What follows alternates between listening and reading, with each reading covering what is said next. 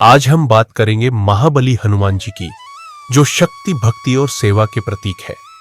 वे भगवान शिव के रुद्रावतार और भगवान श्री राम के अनन्य भक्त माने जाते हैं। उनकी कथा न केवल पौराणिक है, बल्कि हर युग में लोगों को प्रेरणा देने वाली भी है। हनुमान जी का जन्म माता अंजना और वानरराज केसरी के घर हुआ था।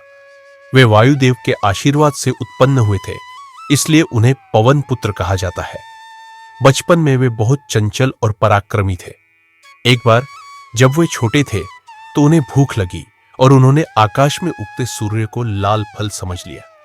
वे सूर्य को खाने के लिए आकाश में उड़ गए। यह देखकर इंद्रदेव ने उन पर वज्र प्रहार किया, जिससे वे मूर्छित होकर पृथ्वी पर गिर पड़े।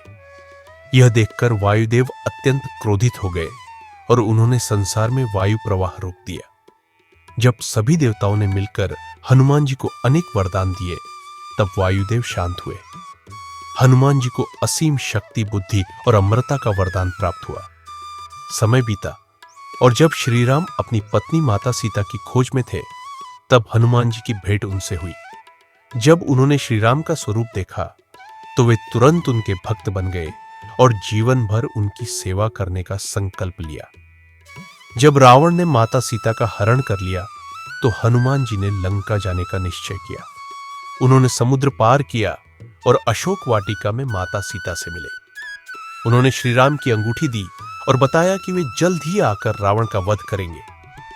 वापस लौटने से पहले हनुमान जी ने अपनी शक्ति का परिचय देते हुए लंका में आग लगा दी और रावण को चेतावनी दी। लंका युद्ध में हनुमान जी का योगदान अतुलनीय था। वे श्री राम के सबसे विश्वसनीय सहयोगी बने। जब युद्ध के दौरान लक्ष्मण मूर्छित हो गए तो हनुमान जी हिमालय गए और पूरा संजीवनी पर्वत उठा लाए, जिससे लक्ष्मण के प्राण बच सके।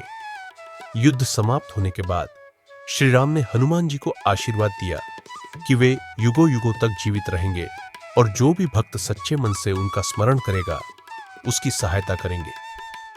हनुमान जी की कथा हमें सिखाती है कि निस्वार्थ भक्ति, समर्पण और साहस से हम किसी भी कठिनाई को पार कर सकते हैं। उनकी भक्ति हमें सिखाती है कि भगवान की सेवा और सत्य के मार्ग पर चलना ही जीवन का सबसे बड़ा उद्देश्य है। इसलिए जो भी श्रद्धा से हनुमान जी का स्मरण करता है, उसके जीवन के सभी संकट दूर हो जाते हैं। जय श्री राम। जय